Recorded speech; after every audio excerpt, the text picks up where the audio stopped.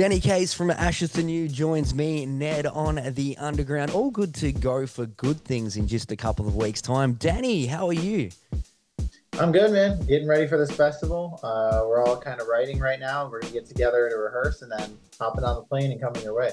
Yeah, just talking a little bit before we started the interview there. Big plane trip for you guys, but it's going to be worth it. What's the sort of mindset from Ashes to New camp for the Australian tour? First time ever, right? Yeah, very first time. We have a couple side shows that we're playing. One, I believe, is in Melbourne. The other one is in Sydney. Yes. And those should be really cool. I hear tickets are already doing well for it, so we're excited about that. And yeah, I mean, the overall, I think, mindset is to just go there and put on the best show that we can with what we've got. Normally, we all have all this production and all this stuff, but it's like, when you're playing a few off shows, especially that far away, you can only do so much with production, if anything at all. So we're going to go there and just give it our best as we are as musicians and performers, and we're going to have a good time. Yeah, amazing. Are you bringing that jacket along, the vest that vibrates and whatnot? It's funny. People ask me about it all the time. I haven't worn it in quite a while. I only wore it for one tour. Yeah. It was fun. It was really cool. It was definitely a unique experience. It was awesome. But we kind of honed in on like a uniform look for all the guys, like in the entire band, and so I kind of ditched it for now. Maybe it'll come back. Maybe it'll come back eventually. But for now, it's just hanging in the closet. Yeah, that's cool, man. And a big year for you too, just changing things up. Congratulations, isn't in order. You got married, man. Well done. Yeah. Yep, got married in September, so it's just a little over a year now, and we've been working on the house every chance we get since I've been home. Trying to make it our own. So it's been good. It's been fun. Yeah, that's amazing. And hey, man, looking into you further, I forgot that you guys featured on the Retaliators movie, and I know you're definitely on the soundtrack there. I haven't seen that movie in a minute. Were you also one of the cameos on the movie, or? Yeah, we were in we basically played like a church band for like a you guys? Yes. Yeah. I need to. Yeah, so that was fun. That much fun with that. Yeah. Yeah, definitely need to rewatch it. Is that something that you'd like to get into a little bit more of, Danny? I mean, it's funny. We were only there for like half a day. We didn't know what song we were going to be playing because we were currently recording the record. So we had an idea. We were going to play one song, and then they overdubbed it with something else. So I've never actually watched it because, like, I was like, I don't even know how they're going to line any of it up. With the movie, us playing completely different things than what is playing in the movie. But it was a fun experience. It was cool being on like a movie set and getting to work with all the actors, actresses, the director. It was cool. Yeah, hopefully there's more of that in the future for you guys. I forgot that you were the church band in that. That was a very, very fun watch. Haven't seen it since it first come out, but an amazing soundtrack too, Danny. And I think that's what's sort of missing in 2024 and sort of things. The great soundtracks of back in the late 90s, early 2000s. But I think the Retaliators brought it back. Yeah, I think people always think of like what is it, New Divide by Linkin Park ending all the Michael Bay movies. Like everybody always thinks of that. Like, yeah, that has absolutely got to come back.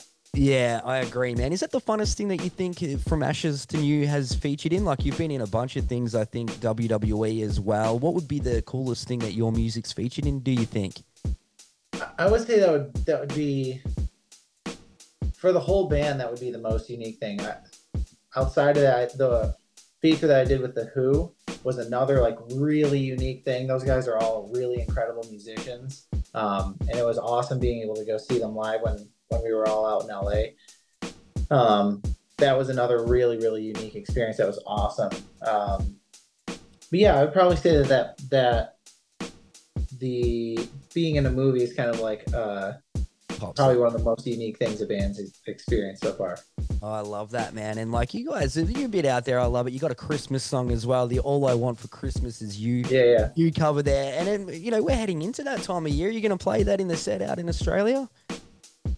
That's an interesting question. I guess it depends on how long we have and whether or not people actually are that interested in it. in Australia. I know that people are going to ask all the time, in the States. We're not playing any Christmas shows or touring around Christmas around here, so they won't get to hear it this year. But that's a great question. I know our time can be limited at the festival, so it definitely won't make it in like the festival set, but maybe it could be brought into one of the side shows. So I guess we'll have to see. Nice. And you've got an awesome Christmas shirt out as well, that Krampus shirt, like on your web store. You need to bring some of those out, Danny. Yeah, that'd be great. All that stuff, unfortunately, is in a warehouse somewhere and just gets shipped out from the warehouse. So we don't have any of that actual stock. So if people want to get it, they've got to go to the store to order it. We are going to be bringing some merch though. A couple of cool designs that were like tour exclusive. I think we're going to be bringing. So that'll be nice to bring those to Australia, and have them have a chance to get it. Definitely. So if you are after one of those Krampus shirts, so from ashes2new.com, hit them up. They're very cool. Danny, I feel like Blackout's still got plenty of legs, especially after the deluxe edition. But have you guys sort of started talking about new music yet, or what's the go on that side of things? That is what I was doing right up until I got on this interview with you. I was working on new songs. Matt's currently in the studio working with our producer on some stuff. So we've been working kind of on and off all year on new music because we're trying to put stuff out next year. Oh, excellent, man. That is amazing news for us. Very much looking forward to it. Now, outside of music, I see you're big into the gym and you're also a basketball fan. Is that right? Yes, that is true. First up, I attempt to do the gym, but people like you make me look very soft. So that's cool. Like when dudes like you are in the gym, I sort of look the other way. But basketball-wise, man, who do you follow in the NBA? I pretty much exclusively watch for Steph Curry. Oh, yes. One of the best. I've never seen anything like it. It's ridiculous. Some of the stuff that he can do is just makes you shake your head like, how's that even humanly possible? Let alone having the balls to even take a shot like that in the first place is just insane.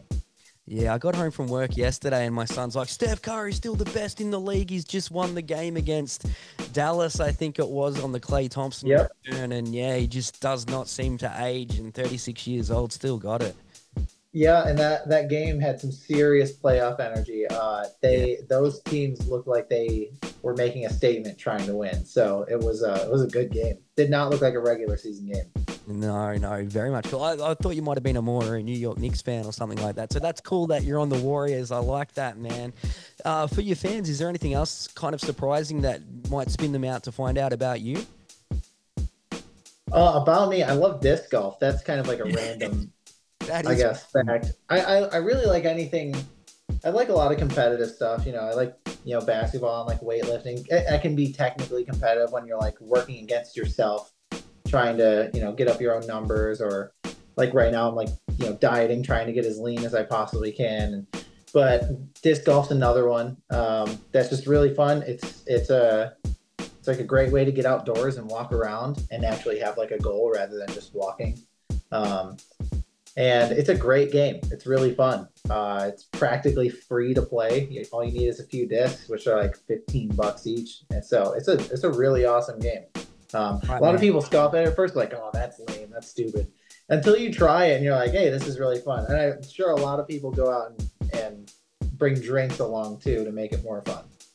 Now, I've got to admit, I thought you meant like disco dancing. Are you talking about like throwing a disc? Yeah, so it's frisbee golf. Yeah. Yeah, that's very cool. Yeah. No, I like that right there, man. Now, like you were saying a little bit earlier, it's not just good things. The festival, you've also got the side shows in Melbourne and Sydney. Do you guys prefer like the smaller venue shows or the outdoor festivals? Just the good thing for us Aussie fans is we get both if you're in Melbourne and Sydney. Yeah, it's funny. On this last tour, there was kind of a struggle with stage space to some degree, certain nights. And so sometimes that can be a little frustrating to deal with. But at the same time, it's like we played one show in Bend, Oregon, where the stage was tiny, and it was a tiny room. And for some reason, all of us were like, "This is sick! Like this is such a throwback to like, where we came from and where we kind of made our way up through the scene, and it was a really fun show. The crowd was nuts, and it was really fun. So just as much as the big gigantic crowds and huge stages can be fun, every once in a while, like having those tiny shows that are just like hot and sweaty and the crowd is nuts is really fun too. So, it just kind of depends. It depends on like the mood of the day, what the stage space is like. Like if we go into it knowing ahead of time, like, oh yeah, this is shot tonight. Like this is a tiny stage, but it's super cool because it's like, this is like shows that we used to play, like, when we were younger. That can be cool too. Oh, I love that right there. And yes, like we're saying, we've got both of them. Melbourne on December 4 at Stay Gold, Sydney at the Crowbar, December 10. goodthingsfestival.com/sideshows to pick up tickets for those ones. And of course, the 6th in Melbourne for Good Things, the 7th in Sydney, and the 8th in Brisbane to wrap things up. Thank you so much for taking time out, Danny. Really appreciate it. Heading our way for the Good Things Festival. Be sure to pick those tickets up on our website, theundergroundaustralia.com.au/events. Really appreciate it, man. Yeah, of course. Thanks for having me. It's my pleasure.